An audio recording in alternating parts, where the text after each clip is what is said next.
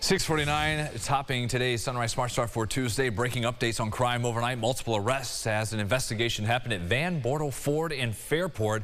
The Monroe County Sheriff's Office tells us there was a call for a burglary early this morning in progress. 3 people taken into custody. Deputies say this is done with. There's no threat to the public. We will share more updates once we learn more about those responsible. The suspects online at rochesterfirst.com. We also know a juvenile suspect has been arrested after an overnight car break-in call here in the city. Officers responded around 1:15 on Elba Street downtown near South Plymouth. Multiple suspects took off running from that scene. One was detained. Police say he had a loaded handgun at the time. Charges are pending. Happening later today, the 7 men and women arrested in connection to the torture and murder of a 24-year-old trans man from Minnesota will be arraigned in Ontario County. That hearing follows the more serious charges, first-degree murder, in the grand jury indictment. Aron Spitzer joins us live this morning from Canandaigua. Aron. Yeah, Brennan, all 7 defendants are facing a slew of felony charges, and that includes first-degree murder for the killing of Sam Nordquist. That is the black transgender man who moved from Minnesota to the Finger Lakes last year after meeting a woman online. That person has now been identified as Precious Arzuega, who, aside from the first-degree murder, kidnapping, conspiracy, and aggravated sexual abuse charges, is also accused of endangering the welfare of a child and first-degree coercion after investigators say she forced 2 children to help torture Sam. Those kids are ages 7 and 12. Sam's torture included starvation, sexual abuse, and being held captive for over a month in room 22 of Patty's Lodge in the town of Hopewell. His body was later discarded in a field in Yates County. Prosecutors say it would be an injustice to call this a hate crime, saying this is so much bigger than that.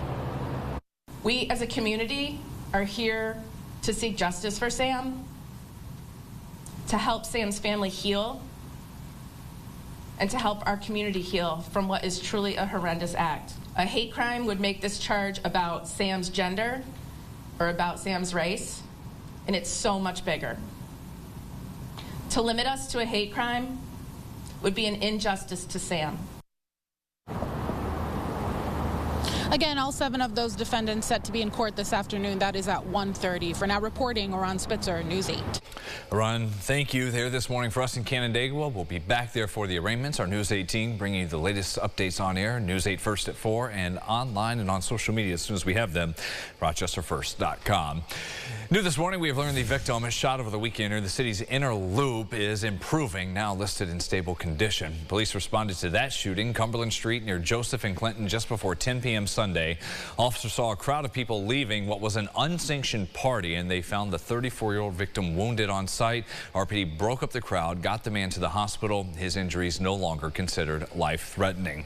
After more than 3 weeks, 22 days of illegal strikes at prisons, the head of the State Department of Corrections says they have enough guard staffing now to declare the unsanctioned protests over. The deal signed with docs and the CO's union temporarily suspends the HALT Act for 90 days with an option to suspend it again in emergency situations. HALT deals with solitary confinement. Officers' overtime pay will be set at 2.5 times the regular rate. The agreement also includes protection for employees who took part in the strikes and will reinstate health insurance for those considered AWOL. Though a retired CO and Sergeant Rudy Palvin says this issue, what they're fighting over, is not totally over. It actually is not over. They're trying to say it is over for the second time. Last week they put out the same thing. The strike is over. In the latest rounds of talks, docs along with the Department of Homeland Security Emergency Services ordered all officers to get back on the job by 6:45 Monday morning or be fired. That was yesterday morning. As a result, more than 2,000 termination letters were sent out to those who remained on strike. To support our workforce moving forward, we're going to go even further. We will allow employees to purchase health insurance covering the full state share and employee share to the first day of the AWOL when the health insurance was terminated. We will continue to pursue the Committee on Plot Plan Efficiency, and we will maintain the referral bonus moving forward so we can continue our aggressive recruitment campaign. Now, the terms reached Saturday between docks and the union mandated 85% of the workforce show up by Monday to take effect. Only 74% clocked in, short of those agreed mandates. Still, the state decided the number of returning officers was enough to move forward. News 8 has some new photos from a scary situation in Greece yesterday. 5 people had to be rescued after they fell through the ice. Happened around 1 in the afternoon at Braddock Bay. The Coast Guard, firefighters, and police, you see, helping with the rescue operation. Everyone who fell through the ice were able to get out and treated for minor injuries. First responders did warn others out there on the ice at the time to come back to shore. Many did, though some experienced ice fishermen, we're told, chose to stay out the rest of the afternoon. As we look ahead, a celebration of life is planned here later this month for the Virginia Beach police officer and grad of Gates Chili killed in the line of duty last week. Officer Cameron Gervin was shot and killed alongside his partner Christopher Reese during a traffic stop in Virginia Beach February 21st. Their funerals were held in Virginia, and now people here who knew Gervin during his time on the west side are invited to a local celebration of life that will be 11 in the morning, Saturday the 22nd at Park Ridge Free Methodist Church off Straub Road. The trade war with Canada is escalating. Monday, its largest province, Ontario, hit the U.S. with a 25% tariff on electricity that is shipped to 1.5 million American homes and businesses in 3 states, Michigan, Minnesota, and here in New York. Premier of Ontario, Doug Ford, estimates the new tax will cost, on average, each household or business affected about $70 a month. The new levy will add about $10 per megawatt hour to the cost of power going south. To sports, and heartbreaking news for Yankees fans and their hopes for a World Series. Starting pitcher Garrett Cole is done.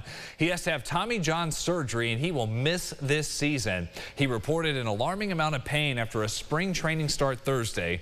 Got evaluated and tested, and they found a torn ulnar collateral ligament. This will mark his 2nd straight spring season with an injury issue for Cole, who was sidelined last March with a problem with his elbow. That delayed his regular season debut until June.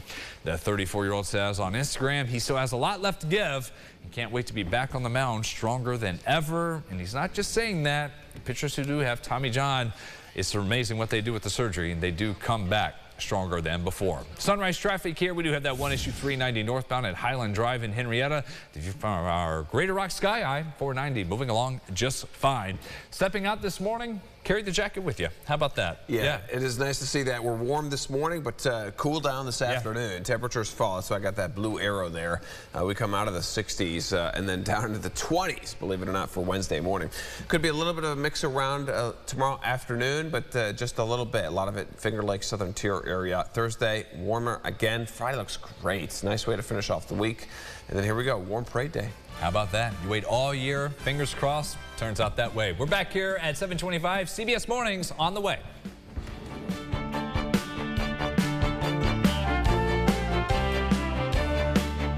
Follow News 8 wherever you are on RochesterFirst.com, Facebook, X, and on our app for news and weather.